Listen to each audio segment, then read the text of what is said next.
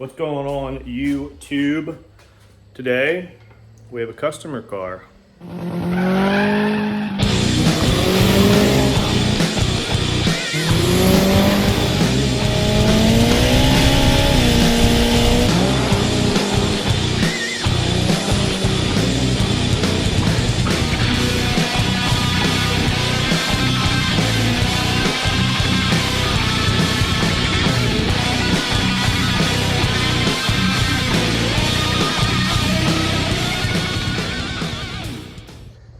We got a real nice red S2000 here, AP1.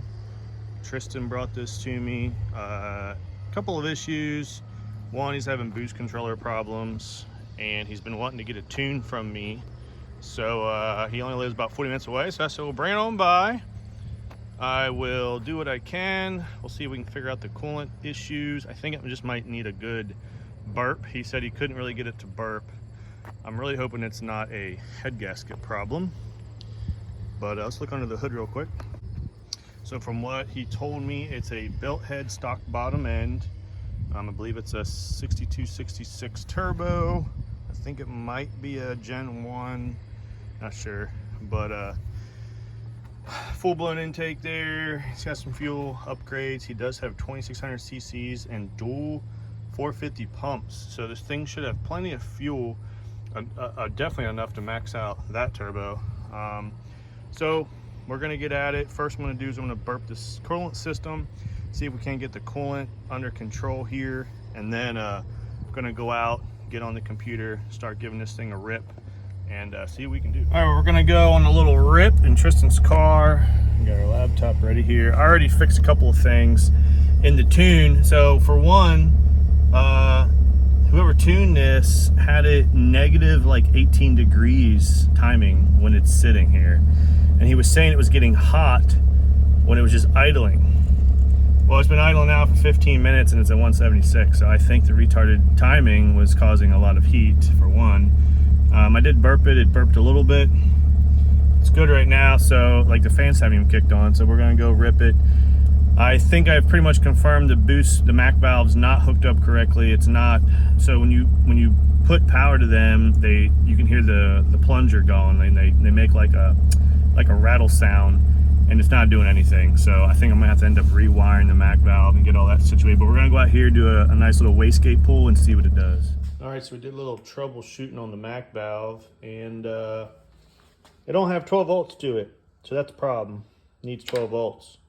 So how you head up the MAC valve, you have a switch 12 volts to the one side, the other side goes to the ECU and D16, which we're gonna go ahead and do a resistance and make sure that that wire is at least hooked up. If this wire is hooked up, then all I gotta do is find this, hook it to a 12 volt switch, and we'll be good to go. We'll have boost control. Why you guys need to go to a quality garage or shop, I know I'm not a shop, but you gotta go to somebody that knows what they're doing, okay? I've been working on the S2000s, I've been working on cars a long time. I know wiring, I do wiring as my full-time job. And it's just as easy as reading the schematic, reading what it needs, and applying it. So, I mean, his MAC valves were all wired up, and they never worked because it wasn't even hooked up properly.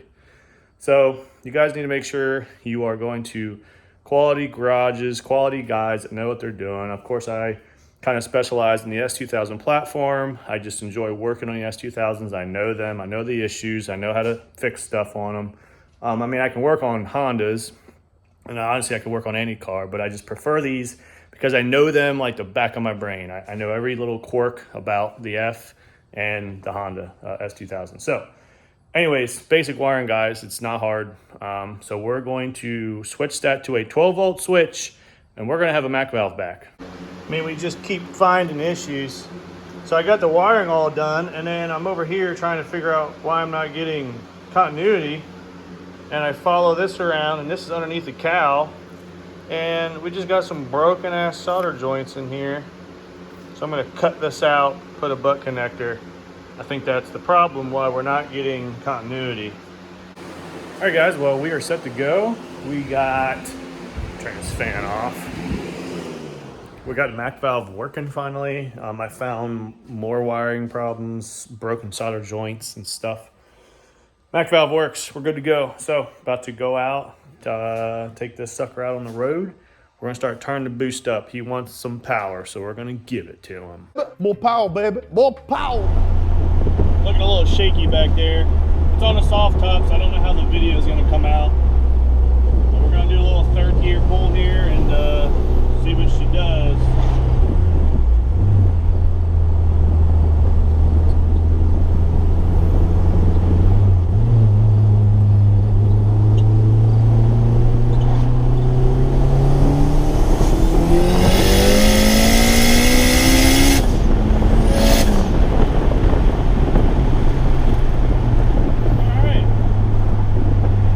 Pulls pretty good. It does have a lot of wastegate creep, so the boost, you know, increases with RPM, and that's just wastegate creep is what it is. It also gets pretty rich by red line, so we're gonna pull the log here and we're gonna see what's going on with that. All right, well, I see why it gets a little warm. He only has one fan hooked up. The other fan wire is literally cut right at the fan. So he needs another fan on the passenger side. But it is, coolant temperatures are going back down. It was at 190. We're sitting here idling. It dropped down to 187. So I really do think the tune, the ignition retard was causing that to really heat up the manifold. So we're going to do another hit. I took some fuel out of it. So we'll do a quick little third gear pull. I remember these twin disc clutch days.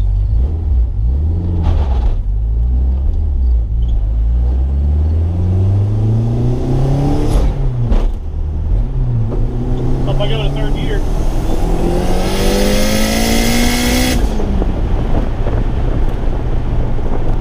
Alright, it's still pretty rich, so we're gonna take some more fuel out. I'm gonna go back to the house, let it cool off a little bit.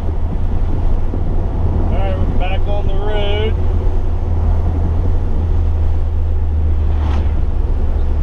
We got new plugs in, so we got some 9 NGKs. He had 7s. 7s are hot for a turbo car. Typically I'd probably run like an 8 for his power level, but we're just gonna throw the 9s in right off the bat. We gapped them down. He wants to make some power, so we're going to see what we can do.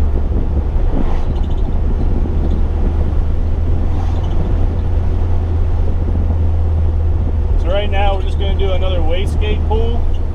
We fixed the Mac valve, but I'm trying to get the fuel dialed in a little bit. So I took some fuel out, try to bring the air to fuel ratios back up, and see if we can get this thing dialed in here quick.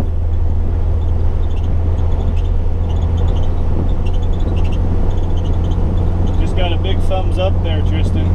Somebody likes your car out here. Alright, let's do a wastegate hit.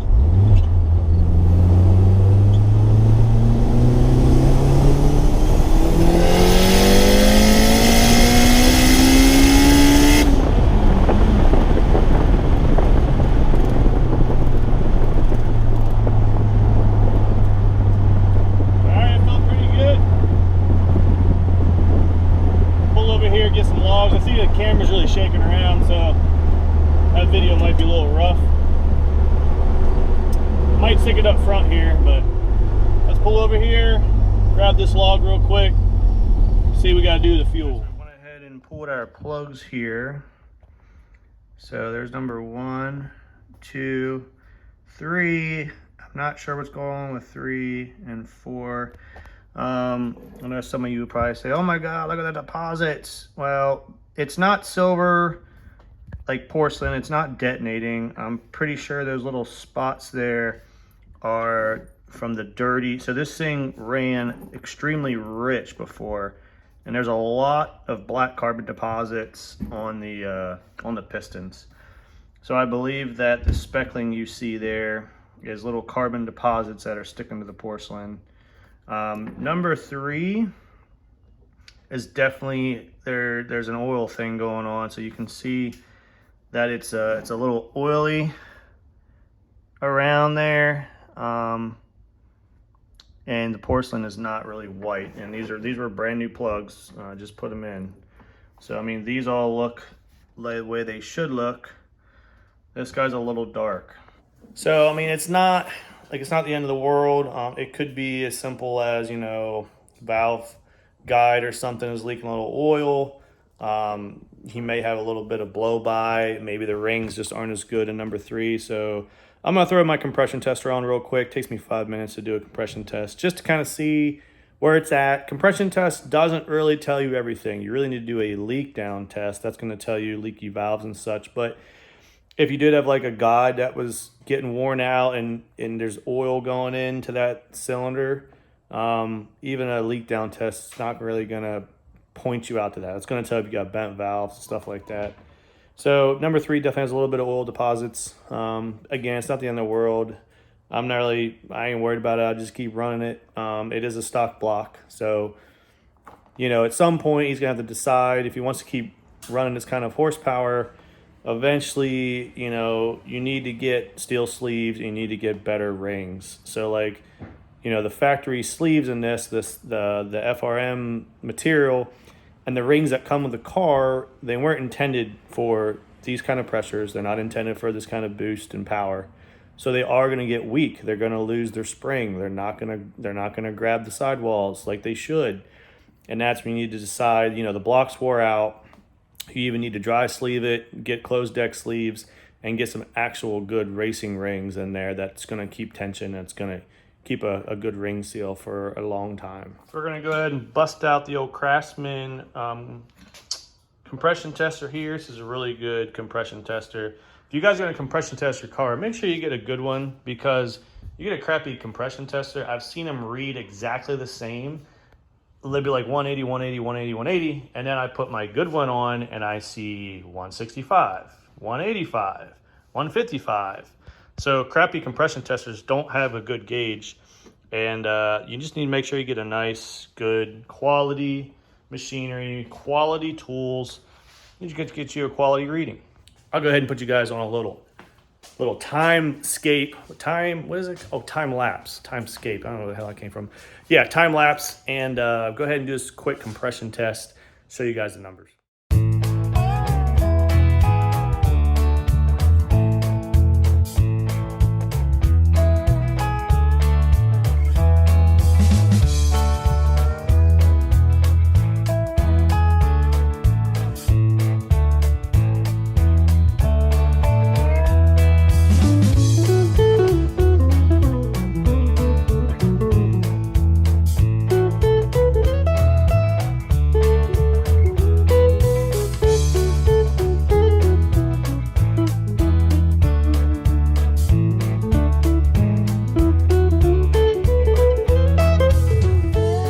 So we got our compression numbers, and starting from the front, number 1 is 240, 2 is 225, 3 is 220, and 4 is 205. So they just kind of, as they come back to the motor, they go down and down. But, you know, a 205, 210-ish on the number 4 compared to 240 on number 1. Factory, I typically see right around the 230 to 250 area. So obviously number 4 is maybe getting a little tired. Number 3 is the one that we saw the oil deposits and stuff, but that's sitting at 220. That ain't too bad. Number 2 is at 225, and number 1 seems to be the healthiest. So not bad numbers at all. It's still going to make power, but again, this car has 130,000 miles. It's most likely the original bottom end. These rings will not last forever on boost. They won't. They're going to lose compression. They're going to start blow by.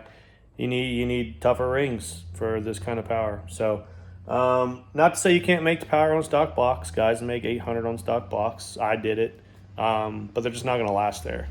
So anyways, we're 24 pounds. Third gear was hazing the tires the whole way. And so I can't really get a good virtual dyno sheet for them. I might go out on the highway. I could do a 4th gear pull in the highway. I just don't like going those kind of speeds, but I might go out here maybe later today. Highway dies down some, do a quick little pull, get data in 4th, and get a good VD for him. So we'll see. I don't know yet. We'll see about it. I just don't like going that fast. But anyways, I think we got everything figured out. We got our coolant issue figured out. We got our lines correct now. The big problem he had was he had these switched around. So I ended up switching them back the way they should be. But you always need to have your number 1 port, which is on the right side. That needs to be the turbo split and to the bottom of the gates. And then number 2 port, which is on the left side of a 3-port, you need to do the top of the gates. So we got that correct now. They were trying to do something with 3-port Mac valves.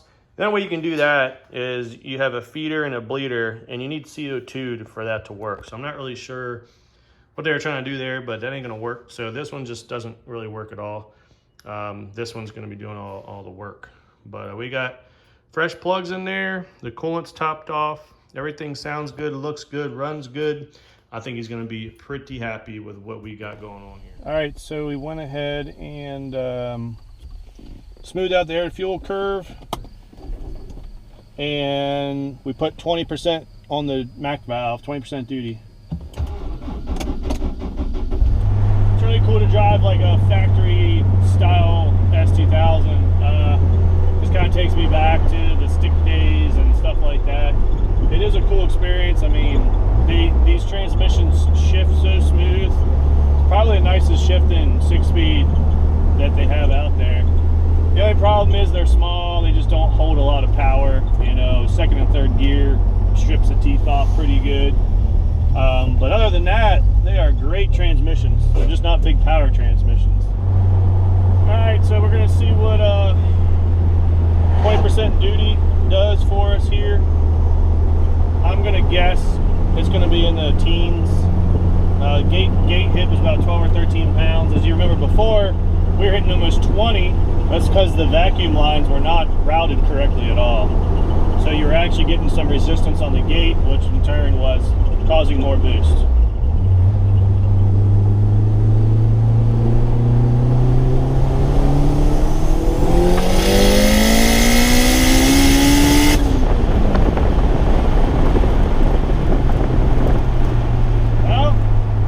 I saw 20 on the boost gauge, and that pulled really nice, really smooth. Yeah, it looks like about, right around the 18, 19 mark. So yeah, I made some good power right there. Right now, I'm just trying to get the boost tables dialed in with the air to fuel ratio. So on, the low boost, 13, 14 pounds, it was dialed pretty good. So we're gonna slowly climb up and boost and see what the air to fuels do.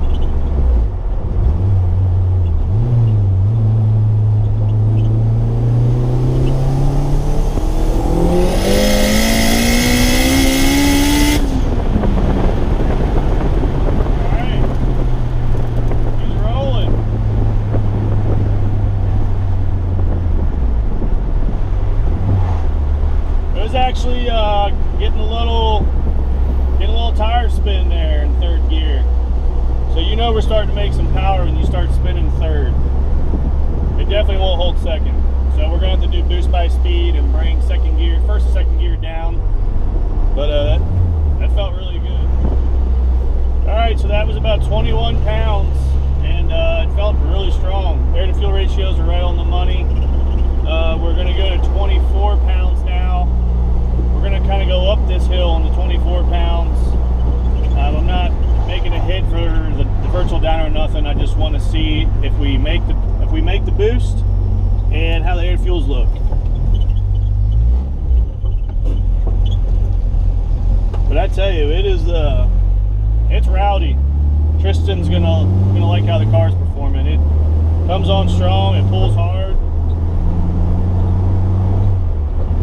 Staying nice and cool. It's 190s right now.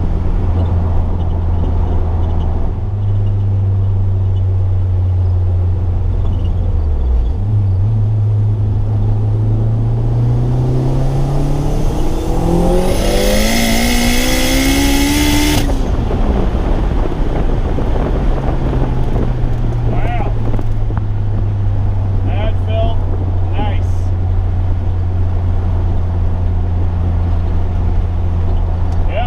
About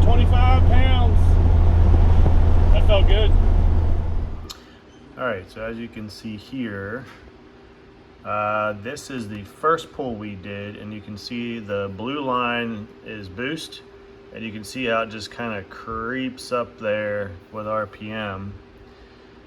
And that's when the lines were switched backwards. Here is correct.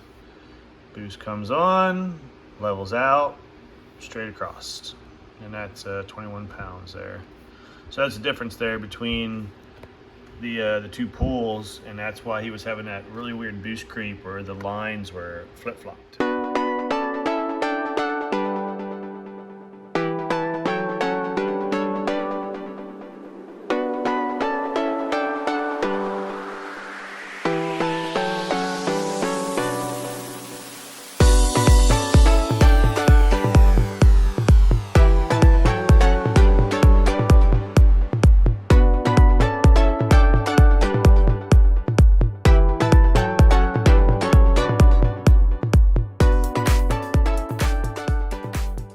I went ahead and pressure washed the engine bay, and it's just, I don't know, there's something about me, and when there's a polished piece in here, I need to polish it. So I went ahead and kind of cleaned his engine bay up a little bit.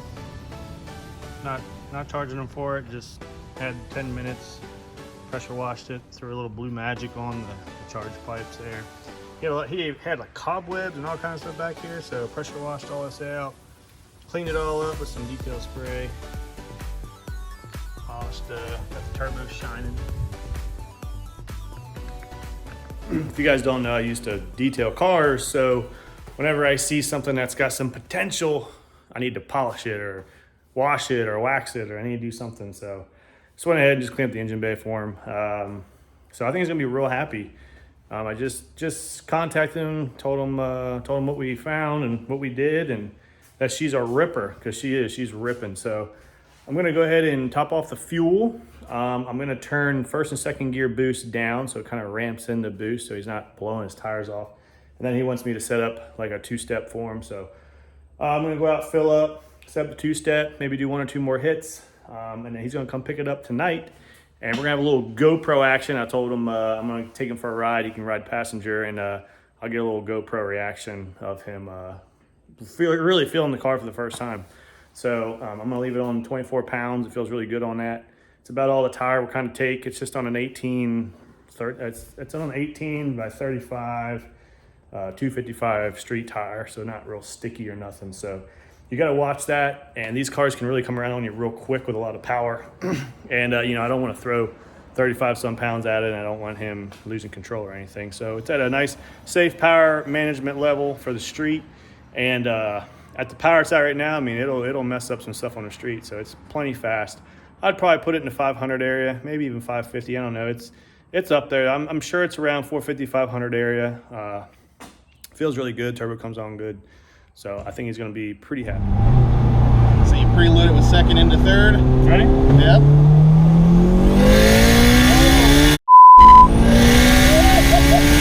Holy A little bit different? wow. Holy God damn, son. Woo. She got some power now. Yeah. Holy that's pretty insane for half a day of turnaround. Holy Some shit up on the street. Jesus Christ. And we can turn it down if you want. No, we're good. Now I need to get a fat tire under it. Yeah, that is definitely going to be your limit. Well, guys, that's going to do it for today. We got an empty bay here. We do have another customer car. I will be putting on a supercharger on this one. I'm going to try to start it maybe next weekend or the following. She's not in a huge rush. Really, really nice car. I'll do a little sneak peek real quick. Super clean car. It's only got 6,000 miles. She's got this password JDM intake, which is, I've heard, is pretty expensive. Really, really, really clean car. And she has a Novi supercharger. It's a used kit. I'm going to be going over it a little bit. Here's a used kit here. It comes with all the parts. She's going to do fuel injector. She's doing fuel pump. So she wants to make, 350, 400. So that'll be the next customer car here. But she's not in a big rush. I told her, it's race season. It's really hard to get to bigger projects Obviously, Tristan here today, he was just over for a quick troubleshoot and a tune, so I can knock that out pretty quick. But yeah, he's really happy. He just went home with it, drove about 45 minutes back home. So I'm sure he's having a blast with the top down with his new power. So appreciate it, Tristan. Thanks to you for trusting me with your car. Again, guys, if you're in the Pennsylvania, Maryland, Virginia, Delaware, she's from New Jersey. I do take on customer cars. I take kind of one or two at a time. I don't try to do over too much. Of course, I just have a normal driveway, normal 2-car garage, so I just can't have cars everywhere. But I do customer cars. I do remote tuning, of course, and I do in-person tuning. I can also get a hold of a dyno buddy over at Keith's Pit Stop to let me rent his dyno. We can even do dyno tunes if you guys want. But anyways, guys, that's going to do it for today. I got to get ready for Erie. We're leaving tomorrow morning. You saw the trailer in the background. I already got the car back there. We're going to be getting up real early, leaving, going to Erie, going into a street class up there. I'm going to be on drag radials. I am going to bring the Hoosiers. I'm going to stick them in the back just in case. You never know. It might be a little street gig or something. So we'll be in Erie, about 4.5 hour drive north here. And hopefully we can bring back the win. So that'll be the next video. But until then, guys, I appreciate it. Please comment, like, and subscribe if you like what you're watching. It helps out a lot. Appreciate it, guys. Share it away. I'll see you guys next time. See you.